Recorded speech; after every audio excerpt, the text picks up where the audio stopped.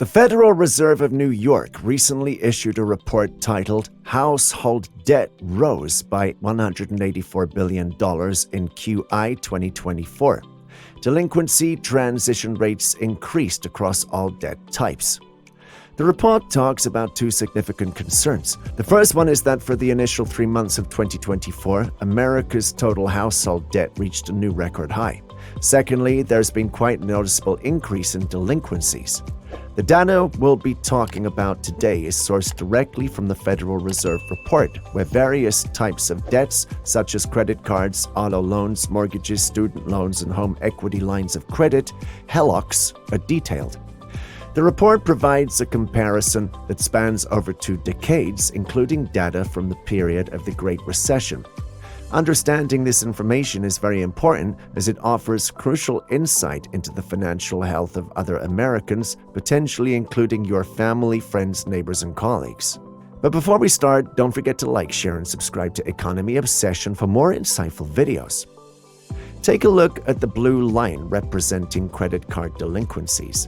These have surged to recent highs and are now above pre-COVID-19 levels. The green line shows auto loan delinquencies, which are currently at the high end of what's considered normal. It wouldn't be surprising if these also exceed pre-pandemic levels within the year. The red line tracks student loan delinquencies. The situation here might seem puzzling at first due to a temporary distortion. Recently, our politicians implemented a rule that prevents missed student loan payments from appearing on credit reports until the fourth quarter of 2024. As a result, student loan delinquencies appear artificially low and will remain so for the next 2 quarters. However, the Federal Reserve indicates the student loan delinquencies are actually on the rise. Now, focusing on the yellow line, which represents mortgage delinquencies, these are at extremely low levels currently. They are nowhere near the levels seen during the housing market crash in the Great Recession. This is likely because about 60% of all mortgages have interest rates below 4%. Those who secured mortgages at these rates probably did so before home prices soared to very high levels. Even for those living paycheck to paycheck, many are still managing to make their mortgage payments.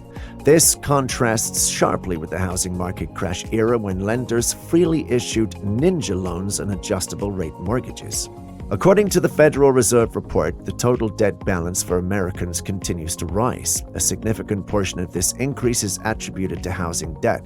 Breaking down the total debt by category reveals that about 70% is tied to housing, predominantly through mortgages and home equity lines of credit. Student loans and auto loans each account for about 9%, while credit cards make up 6% of the total composition.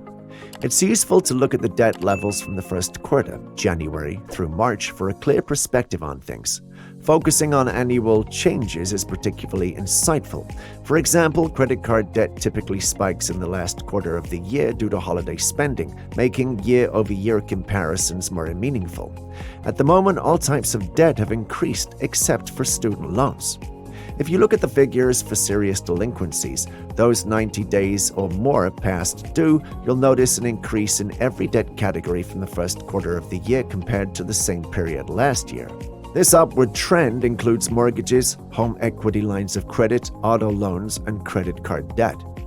The report further breaks down auto loan delinquencies by age group, showing that late payments are on the rise among all age brackets from younger adults to older generations. We see a similar pattern with credit card delinquencies, which are also soaring across all age groups. The data on foreclosures by age group shows an increase across the board as well. Yet the current rates are substantially lower than those experienced during the peak of the housing market crisis between 2008 and 2010. This tells us that although delinquency rates are rising, they haven't yet reached the severe levels seen in previous crises. But as we've seen, Americans are facing record levels of debt and delinquencies are on the rise. This situation prompts an important question about the future. Can we expect any improvement soon?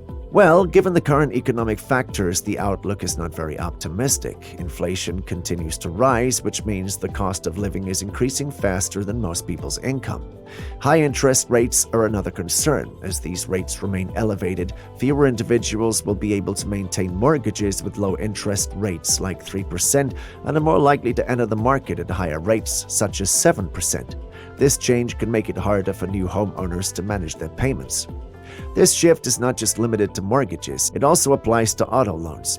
As older, lower-rate auto loans are paid off and replaced by new loans with higher rates, financial strain will likely increase for many car owners. Auto loans have shorter terms, generally between 5 to 7 years, unlike the 30-year mortgages, which means these changes can impact consumers more quickly. The financial landscape suggests that the situation may worsen before it gets better. Rising inflation and high interest rates are significant challenges that could continue to push up debt levels and increase financial strain for many Americans. People dealing with credit card debt are facing particularly tough conditions. The interest rates on credit cards have always been high, but now they've climbed above 20%, reaching excessively high levels. According to a recent summary of consumer expectations released by the Federal Reserve on May the 13th, American families anticipate a 3% growth in their incomes this year, but they expect their expenses to rise by 5.2%. Essentially, the cost of living is predicted to outpace wage increases, continuing a long-standing trend. The report also highlights sharp expected increases in specific expense categories. For instance, college education costs are projected to rise by 9% this year, and medical care costs are expected to increase by 8.7%. These significant hikes suggest that managing finances will become even more challenging. Given this condition, it's crucial to keep a close watch on spending. The rising cost of living means that for many, even covering basic needs like food, housing, and other essentials remains a struggle. It's a tight situation, often leading to living paycheck to paycheck, which can be both stressful and frustrating. You're probably aware of the statistic that 78% of Americans are living paycheck to paycheck.